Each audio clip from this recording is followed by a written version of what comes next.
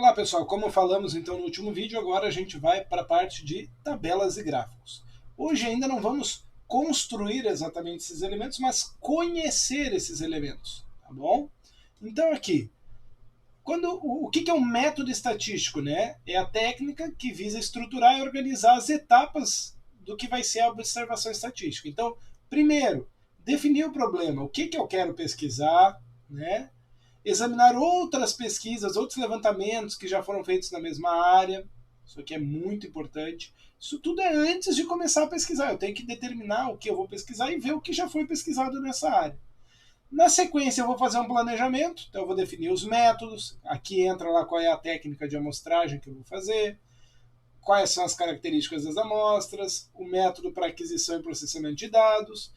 Eu vou fazer pesquisa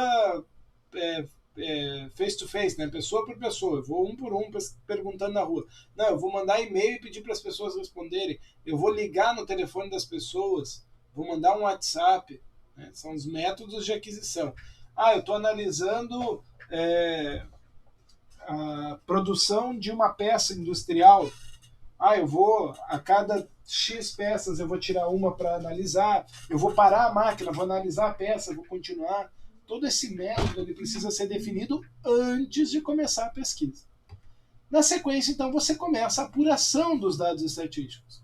É quando você vai buscar esses dados, né, fazer o levantamento, buscando erros grosseiros, que às vezes você está lá, percebe que, está fazendo algo muito absurdo. Aí você para o processo para não ter depois uma conclusão errônea, ok? E aí você agora vai também fazer o processamento de dados. Eu vou montar as tabelas manualmente. Tá um trabalho, né? Não, eu vou usar programas eletrônicos, eu vou usar um Excel, alguma coisa para me ajudar. Aí a próxima etapa é fazer a apresentação desses dados. Então você já compilou os dados e agora você vai apresentar com tabelas, com gráficos, né? Com medidas também. E depois, se possível, daí você vai tirar as conclusões, né? Comparar resultados com outras publicações do mesmo tema. Agora melhorou isso, agora piorou aquilo em relação à pesquisa de 5 anos atrás. A gente não vai trabalhar tanto isso daqui, a gente vem até esse ponto aqui mais ou menos. Tá? Por exemplo, a coleta de dados pode ser como? Né? Pode ser primário, que é como eu falei lá, né? O pesquisador vai pesquisando dado por dado. Isso pode ser pessoalmente, pode ser por e-mail, né? Você pode buscar essas informações. Ou secundária é quando você já tem um banco de dados. Se você já tem um banco de dados, as pessoas já foram, esse levantamento já foi feito, as pessoas se cadastraram para acessar uma determinada plataforma, você já tem as informações dessas pessoas, agora você vai então selecionar dados dentro desse banco de dados, ok? Então, aí algumas técnicas, né? Como que você vai fazer isso, tá bom? E como que a gente vai organizar, então? Uma das formas de organizar e resumir é basicamente trabalhar ou com tabelas de frequência, que são as tabelas que a gente vai trabalhar aqui, onde eu vou relacionar categorias ou classes com as frequências ou a contagem de elementos que se enquadram em cada categoria. Você vai perceber que quando a nossa variável for do tipo quantitativa contínua, a gente vai fazer uma tabela de distribuição de frequências bem específica para ela. Vou mostrar isso depois para vocês, tá bom? E eu também posso analisar e organizar esses dados, depois apresentar eles através de gráficos. Gráficos são representações geométricas ou pictóricas dos dados. Então o gráfico ele é fácil de você perceber. Né? Você percebe as tendências, você percebe os resultados mais imediatamente. Ok? Então é bem interessante trabalhar com gráfico. Só que às vezes você escolhe o gráfico errado. Se você escolher o gráfico errado, escolher esse gráfico ele não está bem adaptado àquela situação, aquela informação não vai ser vista. Então você precisa ter também ali uma boa escolha de que gráfico usar. Tá bom? Bom, focando agora nas tabelas.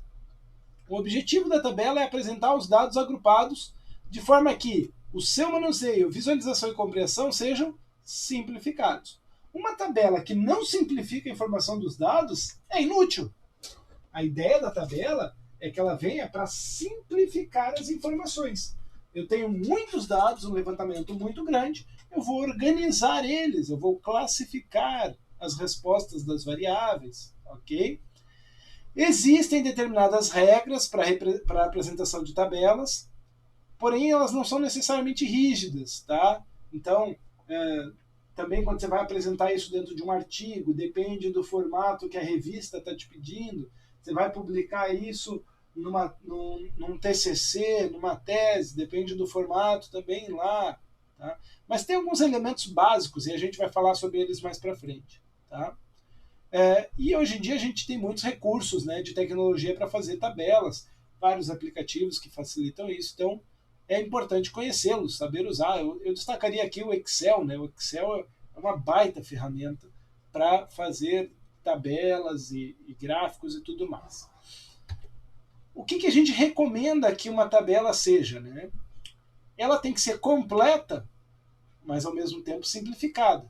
Então, você pode entender toda ela sem olhar o texto todo momento. Ah, não, olhei para a tabela, vi os elementos da tabela, entendi o contexto que ele está falando.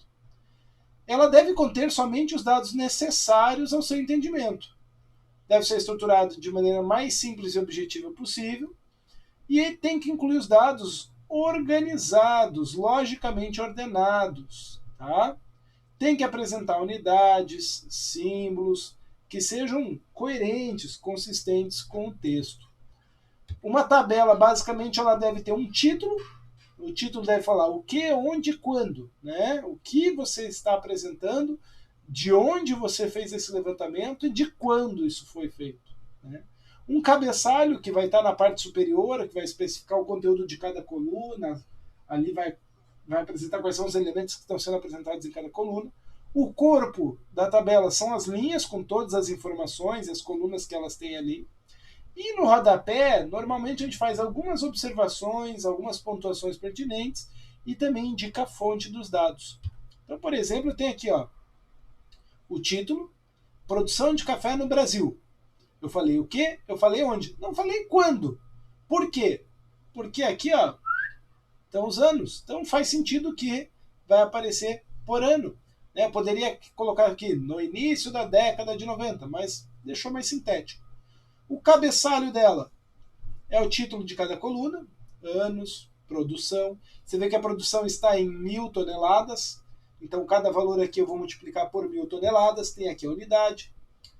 Aqui no corpo da tabela eu tenho as linhas, 1991 está com 2.535, 1992, 2.666. Cada número aqui ocupa uma célula, apesar de não ter a linha dividida aqui, mas é uma célula. Tá? E aqui no rodapé eu tenho a fonte da tabela. Essa organização aqui apresentou a quantidade de produção em cada um desses anos.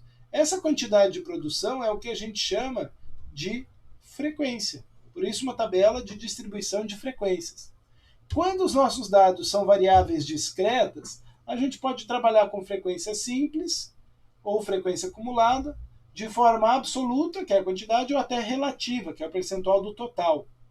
Né? Isso para as duas.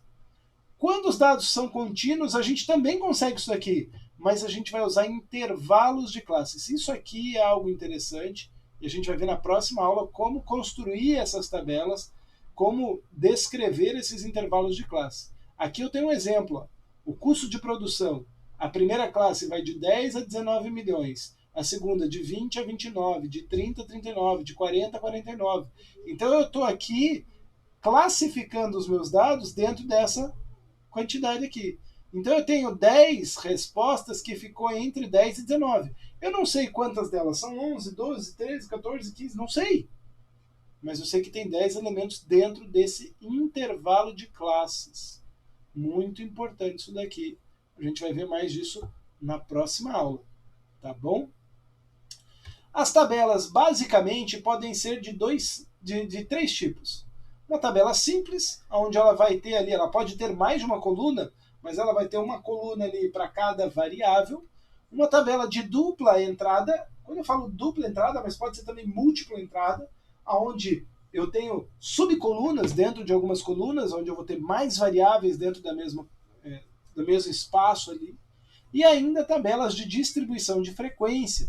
Normalmente são aquelas tabelas com intervalos que a gente falou anteriormente ali. Tá?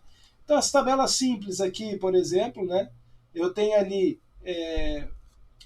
especialmente para variáveis qualitativas, né, tenho também aí para quantitativas que sejam discretas, né? Então idade 11, 12, 13, 14 e 15 anos, né? Isso aqui é quantitativa discreta, tá? Ela pode ser temporal, como a gente viu aquela anterior lá que falava dos anos, né? De ano a ano. Ela pode ser geográfica, então eu posso fazer uma tabela com a produção de café nas 5 regiões do Brasil: Sul, Sudeste, Centro-Oeste, Norte e Nordeste. Ela pode ser específica também, né? Aqui não tem nada a ver com temporal ou geográfico aqui, né? Aqui tem um outra tabelinha, ficou pequeno, tá? Mas apesar de ela ter 2 colunas, cada coluna é uma variável diferente que está sendo trabalhada dentro desse mesmo período. Então ela é uma tabela simples também. Quando eu venho para uma tabela de dupla entrada, que é quando eu tenho mais informações, eu faço comparações, eu tenho, por exemplo, aqui, ó, trimestre anterior dessazonalizado. Trimestre anterior dessazonalizado. Que palavra ruim, né? E trimestre igual ao trimestre anterior do ano anterior. Então aqui eu tenho comparativo entre trimestres do PIB e as componentes de demanda. Tá? Então todas as informações estão aqui.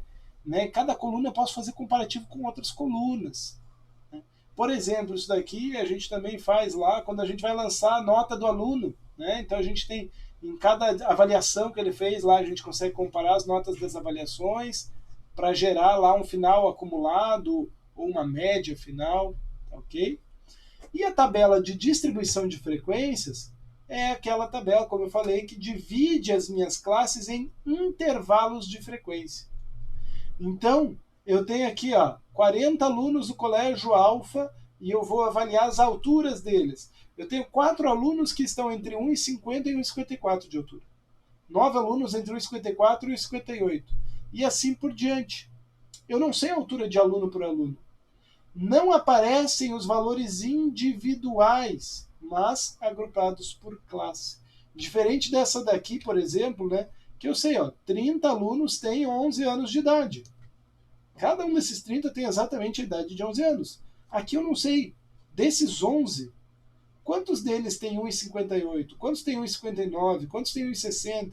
Pode ser que nenhum deles tenha 1,60 exatamente, mas os 11 estão dentro desse intervalo. Tá ok? Bom, pessoal, demos uma boa passada nos tipos de tabela e nos elementos da tabela. No próximo e último vídeo da aula de hoje, a gente vai trabalhar os tipos de gráfico e os elementos que um gráfico precisa ter. Beleza? Segue aí para a próxima aula.